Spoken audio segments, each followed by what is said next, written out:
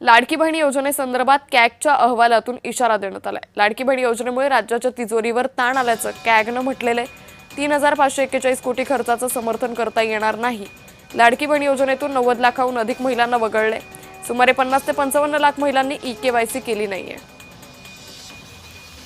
या संदर्भात अधिक माहिती घेऊयात आमच्या प्रतिनिधी भाग्यश्री प्रधान यांच्याकडून। भाग्यश्री, लाडकी बहीण योजनेसंदर्भात कॅगच्या अहवालात नेमकं काय काय म्हटलेलं आहे? नक्कीच माझी लाडकी बहीण योजनेतून सध्या 90 लाखांपेक्षा जास्त महिलांची नावं जी आहेत ती वगळण्यात आलेली आहेत। ई-केवायसी प्रक्रियेनंतर सुमारे 80 लाख नावे जी आहेत ती वगळली गेलेली आहेत आणि 1 महिन्यापूर्वी त्याची ती जाहीर देखील करण्यात आली होती। मात्र आता जी ताजी आकडेवारी हाती आलेली आहे त्यानुसार 92 लाखांवर ही जी संख्या आहे ती गेली आहे। मूळ लाभार्थी संख्या 2.4 कोटी इतकी होती। तुलनेने जी घट आहे ती या सगळ्यामध्ये 38% घट झाली आहे आणि याला विविध कारणं आहेत। एकतर केवायसी पूर्ण झालेली नाही, त्यात 14,000 पुरुषांनी देखील या योजनेचा लाभ घेतलेला होता। 4.5 लाखाहून अधिक महिलांचे वय 65 वर्ष इतके होते, जे योजनेच्या नियमबाह्य आहे।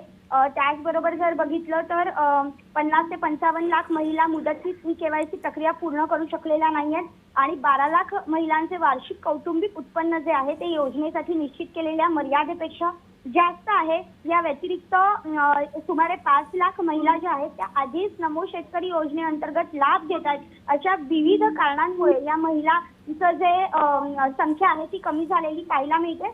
खर्च देखील यामुळे वाढलेला पाहायला मिळतो असं कॅगचं म्हणणं आहे।